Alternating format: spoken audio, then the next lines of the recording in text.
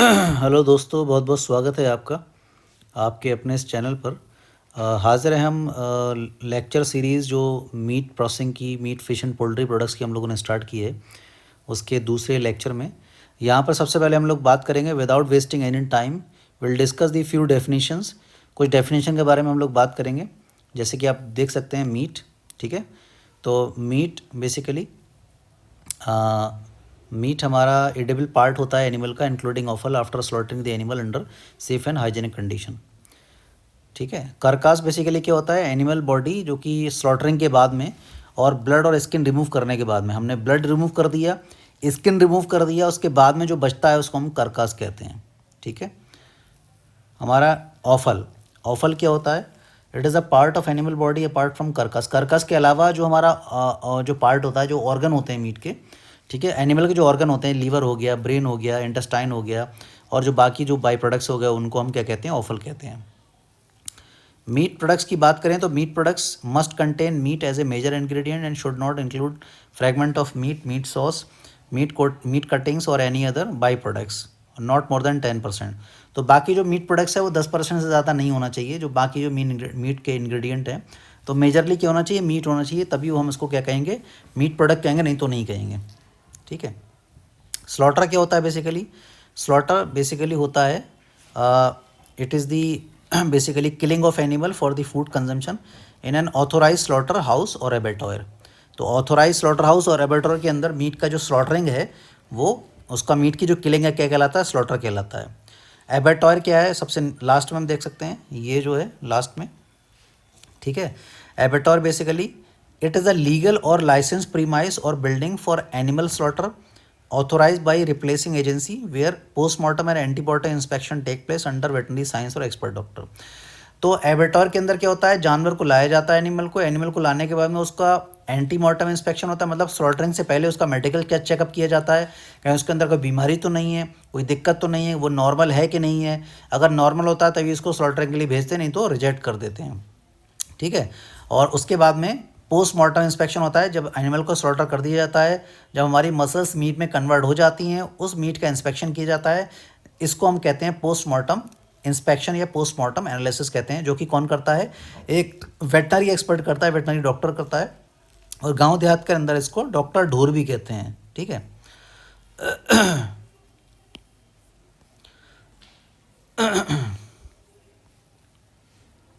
Next बात कर लेते हैं सोर्सेज ऑफ मीट के बारे में। तो ये बहुत बेसिक है, देखिए सोर्सेज ऑफ मीट बहुत सारे होते हैं। ठीक है, जैसे मेबेलियन में अगर बात करें तो मेबेलियन में हमारे जितने भी आपके गोट हो गया, ठीक है, शीप हो गया, है ना, बफेलो हो गया, बीफ हो गया, हॉर्स हो गया, रैबिट हो गया, और हमारे बर्ड्स में आपके चिकन आ गए, और बाकी जो बर्ड्स हैं जैसे ईमू आ गया, गेम मीट आ गया, ऑस्ट्रिच का आ गया, है ना, और बहुत सारे जो बर्ड्स होते हैं उनके मीट आ गए। ठीक है, तो वो सारे के सारे वो कहलाते हैं। अच्छा, अगर ब्रॉड कैटेगरी की अगर बात करें तो ब्रॉडली दो टाइप के मीट होते हैं, एक तो रेड मीट होता है, एक वाइट मीट होता है।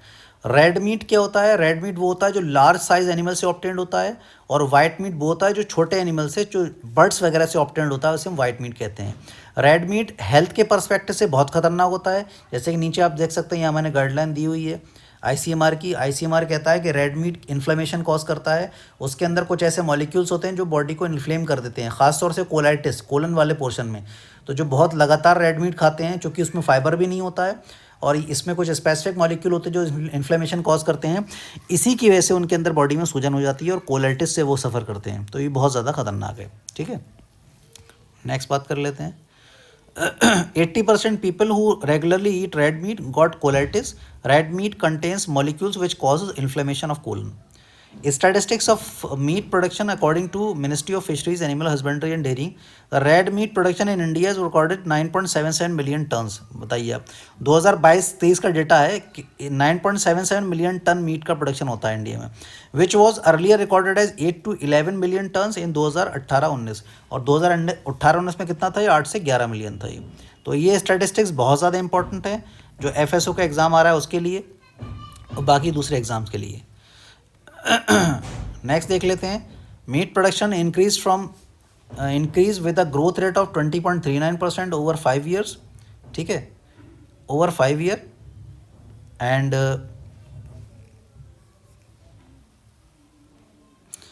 And with a CAGR of around 6%, जो कंपाउंड जो आपका जो एनुअल ग्रोथ रेट है मीट का 6% है, जो बहुत ज़्यादा है। इसी वजह से मीट के जो बिज़नेस हैं, एवेन्यूज़ हैं, स्टार्टअप्स वगैरह बहुत ज़्यादा बढ़ रहे हैं, डिमांड आ रही है उनकी। ठीक है, बहुत ज़्यादा इंपॉर्टेंट है ये।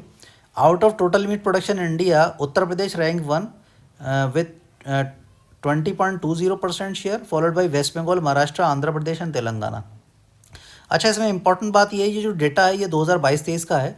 अभी जो लेटेस्ट 2024 का डेटा है उसके अकॉर्डिंग जो वेस्ट बंगाल है वो थोड़ा सा ज़्यादा हो गया है, लगभग 0.8 या 0.9 के आसपास जो वैल्यू है ज़्यादा है, लेकिन ओवरऑल ऊपर नीचे ट्रेंड यही रहता है। तो सबसे ज़्यादा आप देख सकते हैं कि कितना ज़्यादा मीट कंजम्पशन जो प्रोडक्शन है ये हो रहा है इन 5 स्टेट्स के अंदर।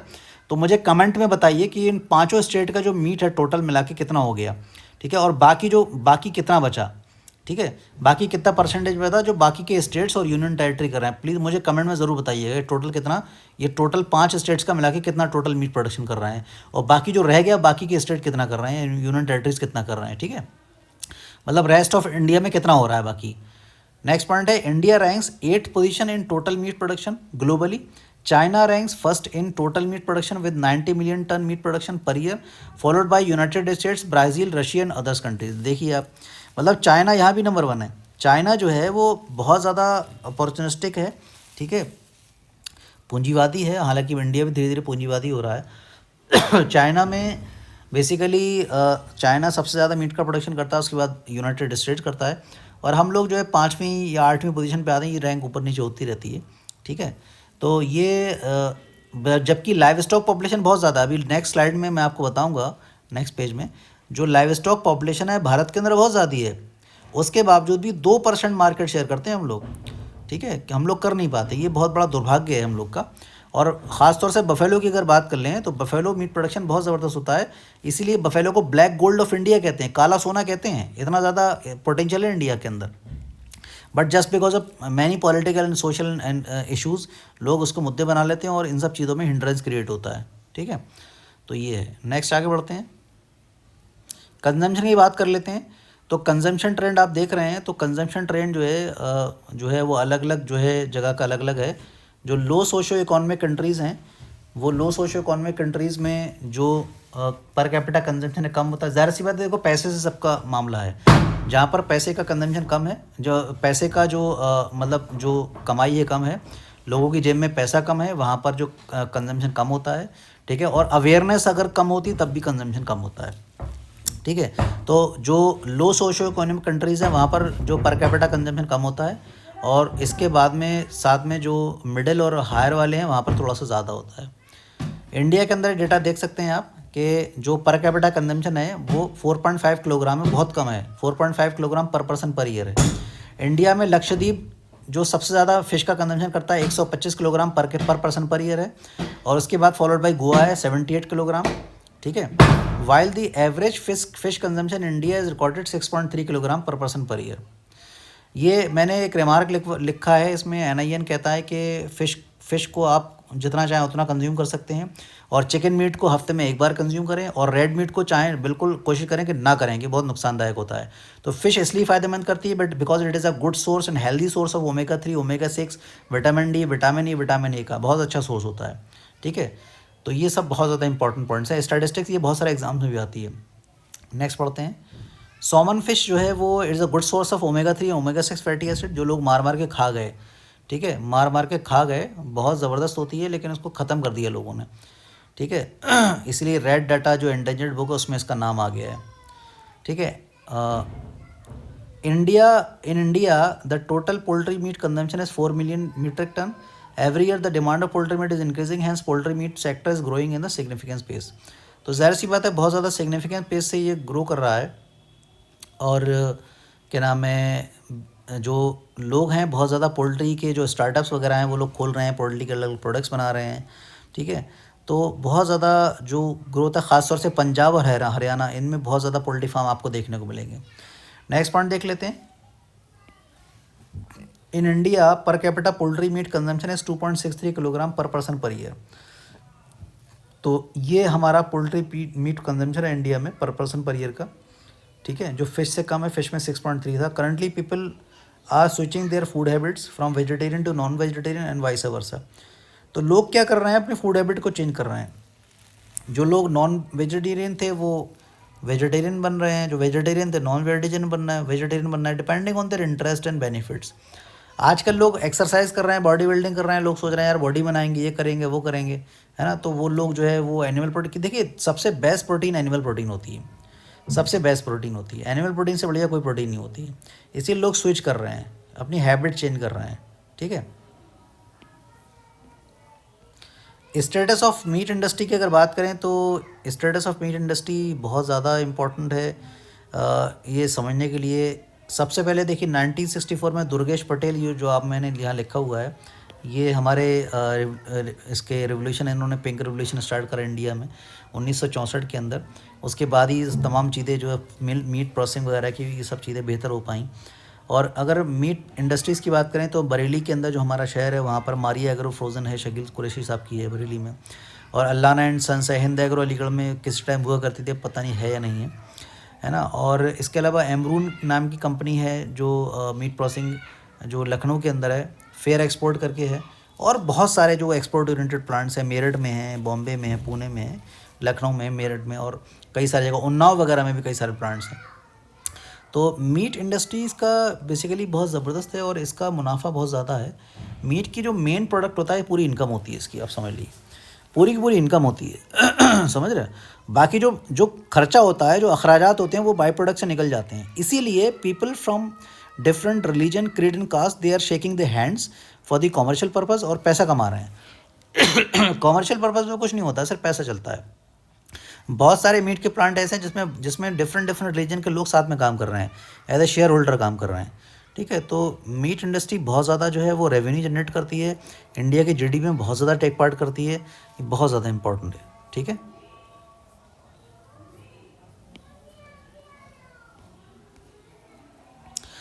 ये कुछ इंपॉर्टेंट स्टेट्स हैं, जैसे India rank second position in goat meat production and fifth position in overall meat production. According to census, India holds 515 million livestock population, which is largest of any country in the world. Despite this much largest population, India accounts only 2% of world market or global market. The country, the category of exported livestock products include frozen meat, frozen fish, egg powder, egg ये सब export करते हैं। Frozen meat में आपका buffalo हो गया, cattle हो गया, पोल्ट्री हो गया, गोट हो गया, शीप हो गया।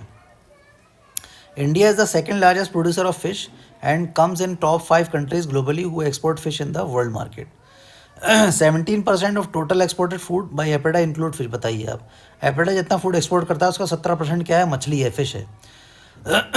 इन India 2021-22 1.36 million metric ton fish was exported by India. In the year 2022-23 around इतने मीट्रिक टन जो हमारा पोल्ट्री है प्रोडक्ट वो एक्सपोर्ट हुआ। Livestock sector contributes 4.11% in GDP, जबकि 25.6% कॉन्ट्रीब्यूट करता है एग्रीकल्चर जीडीपी में इंडिया के अंदर।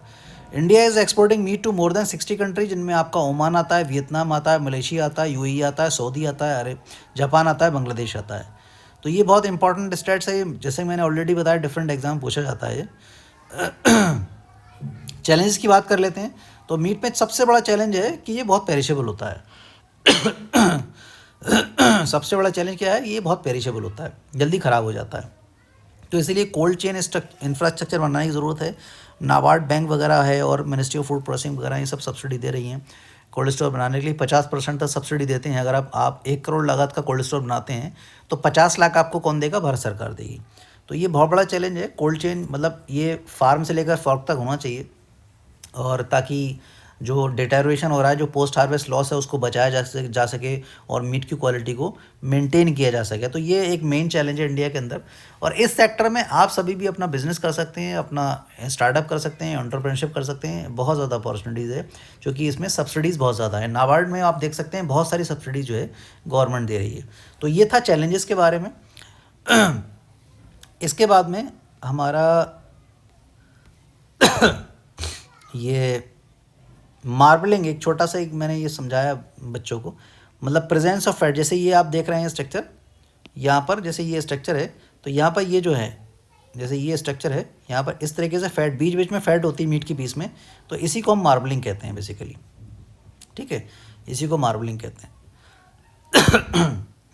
ये डिपेंड करती है कि उसका ब्रीड कैसा है, उसका एज कैसा है, उसका जेंडर सेक्स कैसा है ना, और मतलब उसका जो फीड है वो कैसा है, खाना कैसा खा रहा है एनिमल, उस पर मार्बलिंग डिपेंड करती है। बहुत सारे लोग मार्बलिंग वाला मीट पसंद करते हैं, बहुत सारे नहीं करते हैं, तो depend on the consumer interest. ठीक है, इसके बाद में हमारा नेक्स्ट टॉपिक होने वाला है chemical composition of meat. Meat का केमिकल कंपोजिशन क्या है, तो ये हम नेक्स्ट वाले लेक्चर में, जो लेक्चर 3 होगा, वहाँ से कवर करेंगे। तो प्लीज़ आपसे रिक्वेस्ट है कि ज़्यादा से ज़्यादा कमेंट करिए, जो क्वेश्चन मैंने लेक्चर के दौरान पूछे उनका जवाब दीजिए, कमेंट में लिखिए, लाइक करिए, और प्लीज़ ज़्यादा से ज़्यादा सब्सक्राइब करिए। ज़्यादा से ज़्यादा सब्सक्राइब करेंगे तो इकोनॉमिकली मैं थोड़ा सा मुझे बैकअप मिलेगा, तो मैं और बेहतर आपके लिए वीडियोज़ बना पाऊँगा, कंटेंट बना पाऊँगा। तो प्लीज़ सपोर्ट करिए, सब्सक्राइब करिए, अपने कनेक्शंस में जो वीडियो शेयर करिए, ताकि लोग ज़्यादा से ज़्यादा सब्सक्राइब करें। तो बने रहिए ज़ीरो लर्निंग एकेडमी प्लेटफॉर्म पर। मैं हूं आपका दोस्त डॉक्टर इरफान खान। मिलते हैं बहुत जल्दी इसी के साथ, इसी के सीरीज़ के नेक्स्ट वीडियो के साथ में। अपनी दुआ में याद रखिए। Thank you so much.